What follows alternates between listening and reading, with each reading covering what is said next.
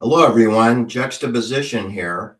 Today's video will be entitled Remote Viewing, paren, Farsight, and paren. All right, remote viewing, Farsight. All right, so what we're going to talk about is the gentleman behind my right shoulder here. This is Hugh Everett III. Hugh Everett III. And he's another chain link in this matrix of mendacity NATO forces military systems of pacification and control foisted upon innocent civilians. Because you see, we're going to use the Hugh Everett III to join us together and marry the concept that the military forces have been redirected against civilians of the world. That's been going on since World War II. I think you could make an argument that it's always gone on, that the military always tests out weapons on innocent civilians. I think you can say that. But officially, it definitely went on in the 1950s. I think you can't argue with Operation Sea Spray in San Francisco, where military planes of both Navy and Army dumped toxic waste pollution over the San Francisco Greater Bay Area, which would be San Francisco and 7 other cities. You can take a wild guess what other cities they might be: Berkeley, Oakland, Fremont, San Jose, Sonoma. Anyway, what I wanted to tell you is that Mark Oliver Everett is the son of Hugh Everett. You may have heard of Mark Oliver Everett because he became a rock star, American singer-songwriter, and for multi-instrumental skilled, and the front man for a band known as Eels, spelled E-E-L-S. He is known for writing songs and tackling subjects such as death, loneliness, divorce, childhood innocence, depression, unrequited love, often brought from his own personal experience, being the son of physicist Hugh Everett III. All right.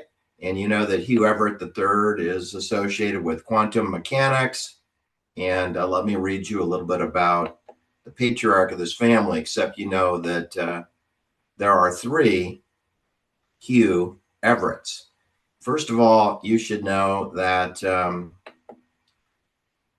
that Hugh Everett was, let me just start here at the beginning.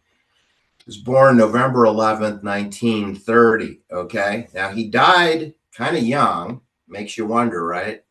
He was born in the swamp in Washington, D.C., November 11th, 1930.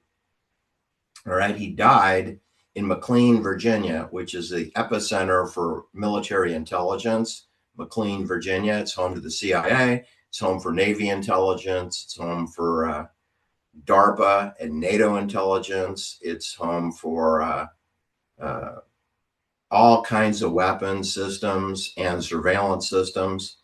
And today's video was really motivated by one of our Star Chamber members, Rose, from Ontario, Canada, because she said during our recent video we produced over the weekend on Saturday, Pacification and Control Military, Rose talked about her experience at a life science company that had a sales office in Virginia, probably close to McLean, Virginia.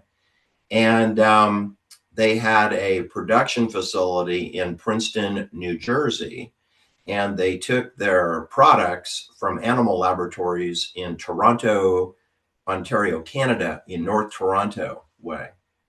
Anyway, that story that Rose told led us to the realization in the late 1990s that a fellow in her office made an innocent comment about,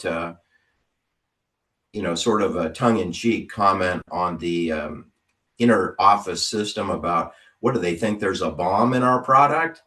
And the next thing you know, the military intelligence people descend upon Rose's office, and it was quite intimidating. And there were a number of different intelligence agencies wondering what they were doing in that office, and if someone might be a domestic terrorist or be trustworthy or need to be taken in for questioning. It was all rather intimidating.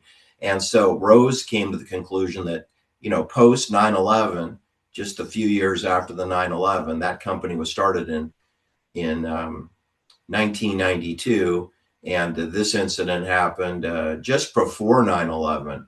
Was that Rose realized that the surveillance systems of typed message and voice messaging was far advanced than what she was led to believe. Now, I want to emphasize that this is before the 9/11 event. This is a couple years before the 9/11 event, that the military intelligence could descend upon your office if you just made a offhanded comment and you were a military contracting firm. And DARPA did ask for a request or proposal from this firm regarding anthrax testing and treatments. Anyway, that motivated me. Plus, I then received an email from Rita and Mark, who are former Zoom class participants, and they sent me an email regarding some videos that they watched, which included this concept of far-sighted organization, remote viewing. And if you go to the website for Farsight.org, you will find a tribute to Hugh Everett III. All right, the third, Hugh Everett III. Anyway, he died at age 51 on July 19th, 1982. And his son, Mark, was born in 1963. So that would make Mark approximately 63 years old today, something like that. Mark, the singer, rock star. Anyway, you should know that Hugh Everett began in academics. He attended Catholic University of America, which is in Washington, D.C. He then went to Princeton University in New Jersey for a PhD, which I believe was in physics. He is known for his work in quantum measurement theory and wave function collapse and many worlds interpretation, military acronym MWI. This is the area of quantum mechanics that Hugh Everett III dealt in. And he even wrote a letter as a child to Albert Einstein and received a reply. He wrote a letter questioning Albert Einstein regarding the maintenance of a universe. Was it random or unifying? And received a letter that read, "Dear Hugh, there is no such thing like an irresistible force and an immovable body. But there seems to be a very stubborn boy who has forced his way vigorously through strange difficulties created by himself for this purpose. Sincerely yours, A. Einstein." Einstein. Anyway, seems Albert Einstein is a sarcastic MF, don't you think? Anyway, Hugh Everett went on to win a scholarship to St. John's College High School in Washington, D.C. From there, he moved on to the nearby Catholic University of America, and he studied chemical engineering there. He then read about Dianetics and Church of Scientology and astounding science fiction. So he's sort of going down the L. Ron Hubbard route there. Although he never did express any specific interest in the Church of Scientology, from which Dianetics is the basis of, Hugh Everett did retain a distrust of conventional medicine throughout his entire life. He didn't trust medical doctors. Can you blame him? Can you blame him? I don't trust medical doctors. The COVID hoax destroyed any shred of credibility medical doctors have. They're absolute embarrassments after COVID. They're pimps for money. They'll do anything Medicare tells them to do. All right. Anyway, and they have no courage. No physicians have any brave bones in their body. They're all hive mentality, groupthink, and what else are you going to do? Dr. Fauci being the poster boy of cowardice. Dr. Fauci is a coward, all right? And so is Dr. Drew, so is Dr. Phil, so is Dr. Oz, so is Dr. Ruth Westheimer. They're all cowards. You heard it here on the Juxtaposition Show. If you claim to be a doctor, if you're Dr. John Campbell, for example, you're a coward. You heard it here. All right. You can put Jesse Ventura into that category too, because he's a coward, berating Donald Trump for not serving in Vietnam. But, you know, neither did Jesse Ventura. He didn't serve in Vietnam either. He was a motorcycle hooligan for the Mongols in San Diego. That makes Jesse Ventura a slimy seal. He's a Navy slimy seal because he didn't see any actual combat during the Vietnam War era when he allegedly was in the Navy SEALs. Then he became a fake gubernator of Minnesota, which makes any person who runs for governor or is elected governor or appointed governor is a coward, 100%. And they're a two-faced, bald-faced liar. That would be Ronald Reagan. That would be Gavin Newsom. That would be the governor of Colorado and all the future governors of Colorado. And anyone who runs for the governorship of Colorado, you're a yellow belly coward. And that also includes Ron DeSantis and Andrew Cuomo of New York and Greg Abbott of the Lone Star State of Pentagon, Pentagram, Texas, the Pentagram Star, the Lone Star.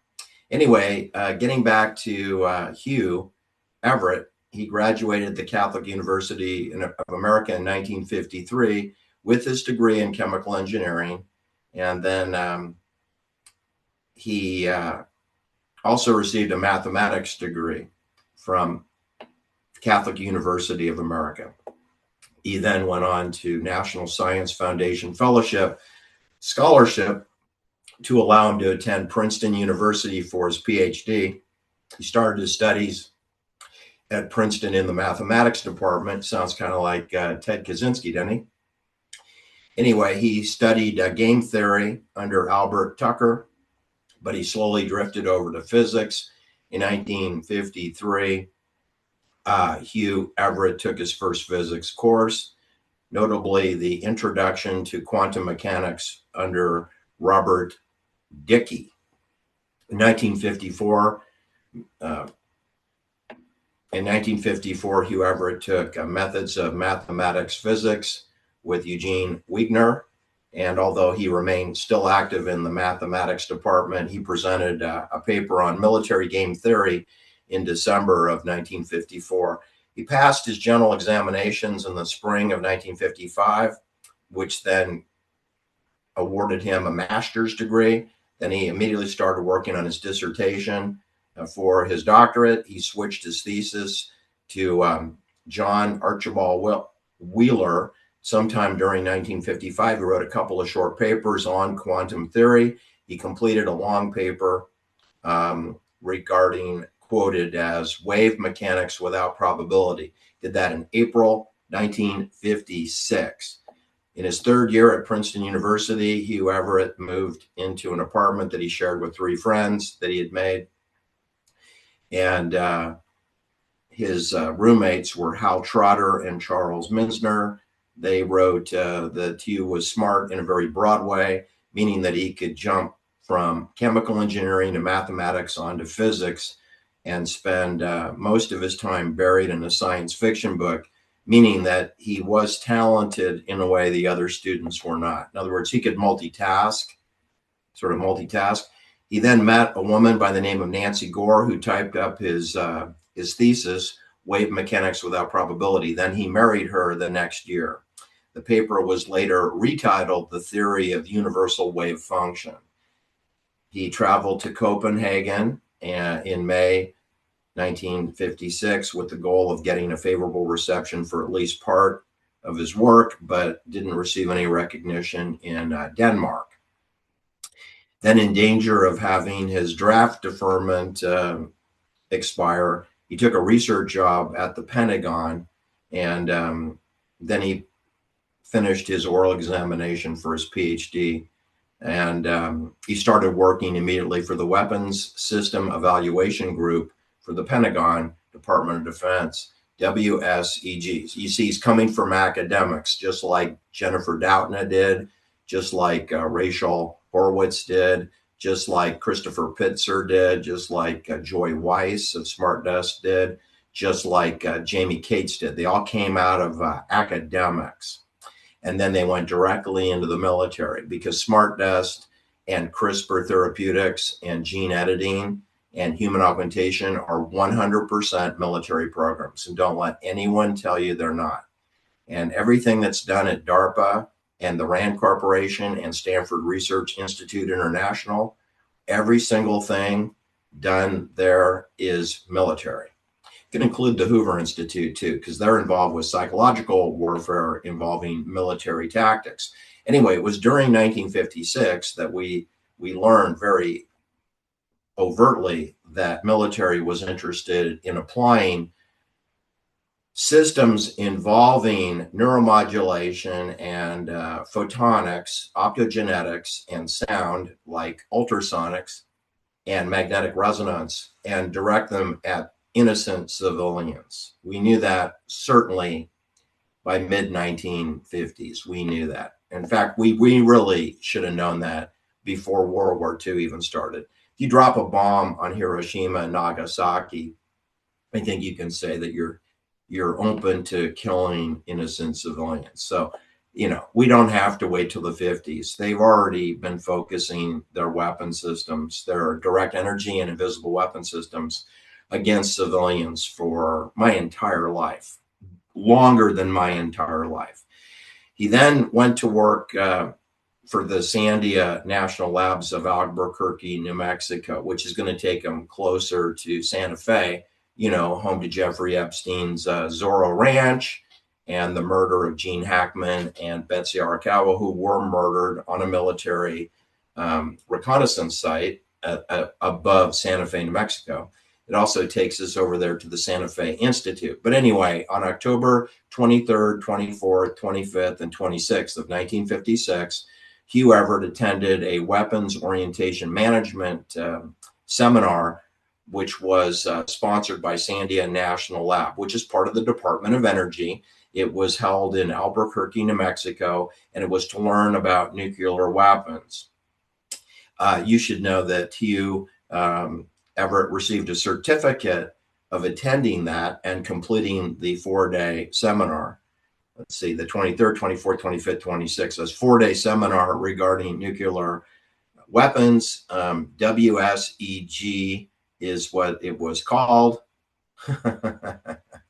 And it involved physical and mathematical sciences, 4 days of rigorous study. And he also discussed Minuteman missile projects and the distribution and effects of a fallout of a large nuclear weapon campaign, as if you could have a campaign of mass destruction weapons, right? All right. Well, anyway, I will show you a photograph of that as well. Okay, let me just pull it right up for you here. Let's see. Be patient, and I will pull up the certificate. Here it is. All right. Can you see that okay? This is the certificate bestowed upon Hugh Everett. It reads Special Weapons Project, Headquarters Field Command, Sandia Base, New Mexico, which is in Albuquerque. This is to certify that Mr. Hugh Everett III has received orientation in special weapons by attending the WOAC Weapons Orientation Advanced Class number 113. 113. It was October 23rd through October 26th, 1956. And it's signed by Frank O'Byrne, who is a Rear Admiral in the United States Navy for NATO forces. All right. So you can see we've left academics behind, and now we are 100% focused on the military, Department of Defense, United States Navy, Navy intelligence, which permeates all offices of the Department of Energy, and would include, of course, the state of Virginia and the state of New Mexico. And let me return to the bio of Hugh Everett III, shall we? So now that we know he's crossed over, once he got his PhD, yeah, the rest is about writing papers and receiving awards, like Jennifer Doudna getting a Nobel Prize. In 1973, Hugh Everett and Donald Reisler, who was a colleague of him, they took a leave of absence to establish DBS Corporation in Arlington, Virginia. So now we're back in military intelligence, Virginia. And although the firm conducted defense research, including working with the United States Navy and optimizing the maintenance programs along with weapon applications, it primarily specialized in, quote, analyzing the socio-economic effects of government affirmative action programs, end quote. So you see the cover was that they were working for the U.S. Navy on ship deployment for weapons. But the real focus of their work that they were being paid to do had to do with affirmative action within our civilian economy. So again, we have the military involving itself in civilian activities. They also received contract payments from the Department of Justice and the Department of Health, Education, and Welfare. So you see all of the agencies of the federal government are essentially co-opted by NATO military.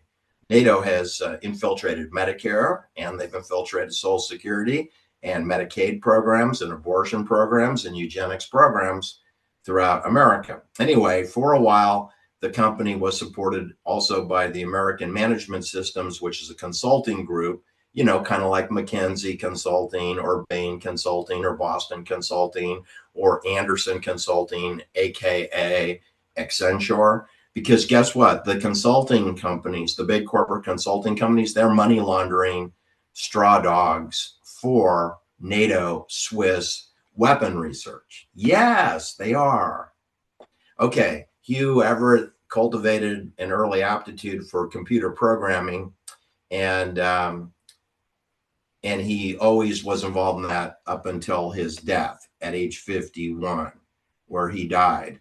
And he died in the Spooksville town of McLean, Virginia at age 51. July 19th, 1982 was goodbye to the weapons show. He smoked and drank allegedly, and they blamed that on having a heart attack at age 51. Could have been that he was murdered under a Gladio kill, but we just don't know. You know how easy it is to have a manic episode, or in the case of Betsy Arakawa, who didn't smoke and wasn't obese, but she had rodent dropping toxicity. And we had Erin Valente, who was not obese and didn't smoke, and she died of a manic episode. So it looks like Hugh Everett also died of a manic episode or rodent droppings, and yet they called it a heart attack. Everyone has a heart attack when their heart stops beating, right? Anyway, I want you to know that born out of the work performed by Hugh Everett is the Stargate Project, which is a division of the United States Army. It's a unit of the United States Army. It was established in 1977, which is 5 years before Hugh Everett died. It was established at Fort Meade, Maryland, you know, which is home to Fort Detrick and Edgewood, which are also Army weapons facilities and research facilities with underground layers. Anyway, the Defense Intelligence Agency, DIA, not to be confused with the CIA, we have the Defense Intelligence Agency working in tandem with Stanford Research Institute International, SRII, which is a California contractor to the NATO United States Army. Anyway, you should know that don't be surprised, and don't be surprised if you find out the RAND Corporation is here. RAND Corporation is all over Cal Berkeley's campus, and the Stanford Research Institute has people from the RAND Corporation in its zip code, also there by Stanford University. So too does Cal Berkeley. RAND Corporation is all over Corey Hall, known as Terra Swarm at 2626 Phoebe Hearst Avenue. a California contractor. They were investigating psychic phenomena, out-of-body experiences, which again goes to this concept of remote viewing. I'm going to circle back here. Remote viewing or farsightedness. This is the concept of being able to trace, track, and target people or things from great distances. Now, the distance could be a mile, it could be 1,000 miles. But in other words, they're trying to spy on people using surveillance techniques of magnetic resonance and light energy, which is photonics, and sound energy, known as ultrasonics or sonic energy. And this all comes together. Those three systems form the basis of what Jennifer Small was referring to on her pacification and control segment. She was the fourth of 4 stories presented last Saturday evening. It's cognitive neuroscience, electronic warfare. That's what the military refers to this. That's what the Stargate project is. They have many names for the same thing. For example, they call human augmentation, which sounds kind of perverted, Frankenstein monster, which is what they're interested in. They call it gene editing. They call it gene editing, which sounds harmless. It's not. Gene editing is lethal. It's dangerous. Anyway, so gene editing has been renamed CRISPR therapeutics, or they can use gene editing, but they mustn't use neuromodulation or DNA modification or human augmentation. They mustn't use those terms because they sound violent. And they are. They're a crime against humanity. CRISPR therapeutics is a crime against humanity. And guess what? So is the Stargate project, right?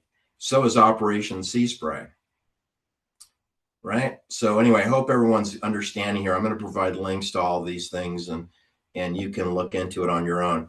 Essentially, during the 1970s, the intelligence services, and I mean all the intelligence services, the Navy, the Marines, which has a subunit of intelligence. Your local sheriff's department has an intelligence service.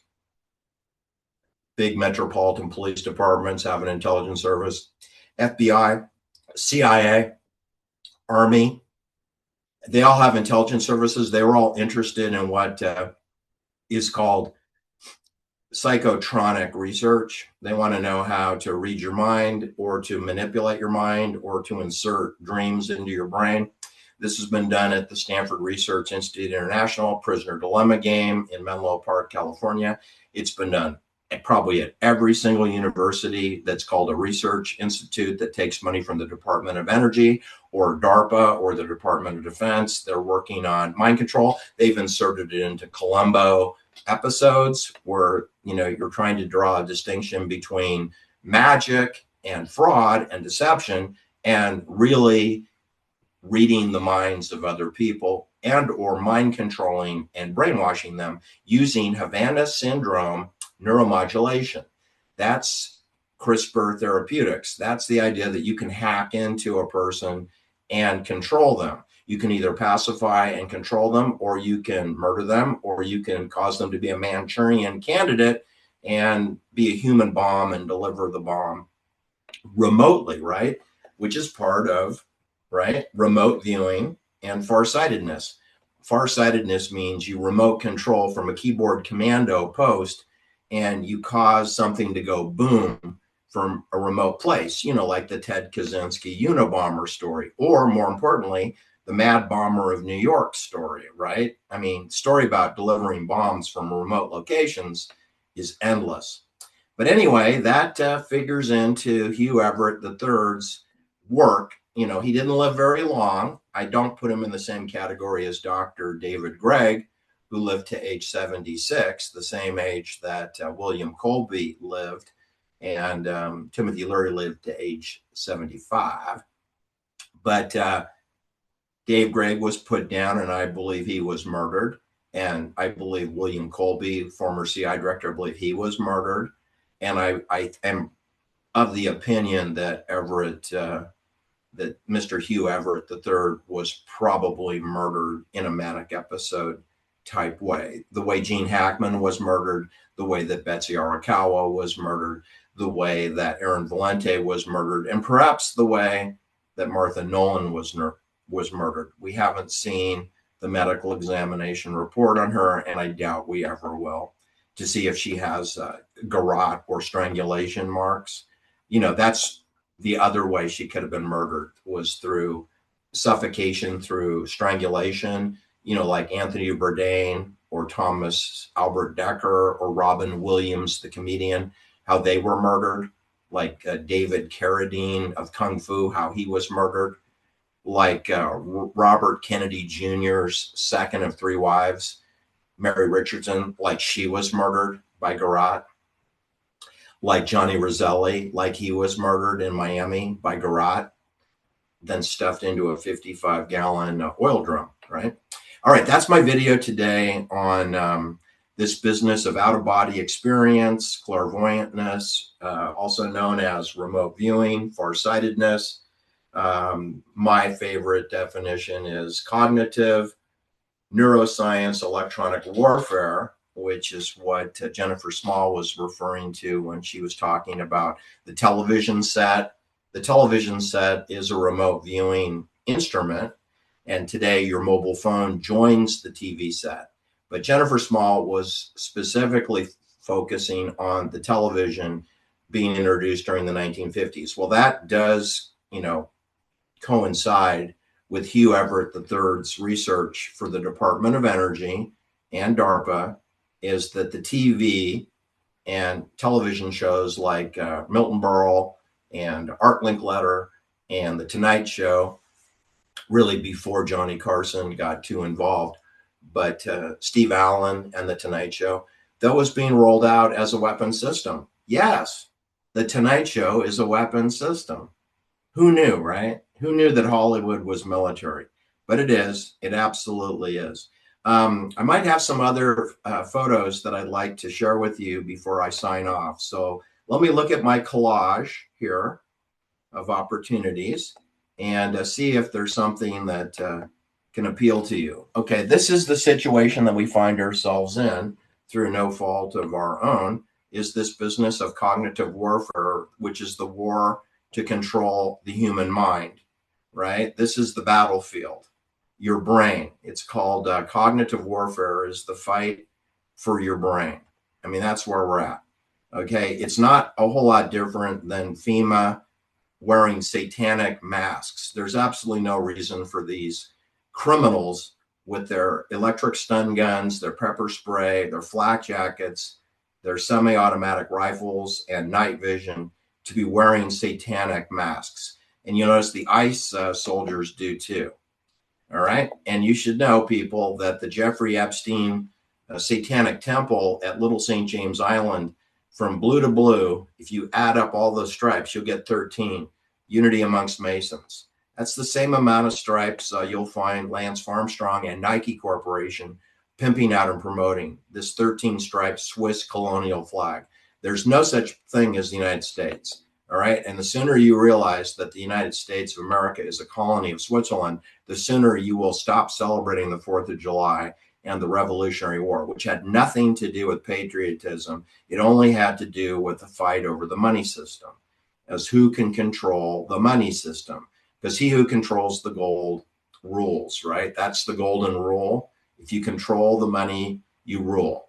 And that was the fight in the colonies, fought in and around Harvard University, which was established by the British 140 years before there was a Revolutionary War. And I can assure you that no one at Harvard was going to defeat the British. The censorship regime explained no due process, no evidence, no defense. This is the maritime law. That's what maritime law is. That's why you know the United States is dead. It's not based on a constitution. It's based on steroids and doping, cheating in sports to sell sneakers for Nike.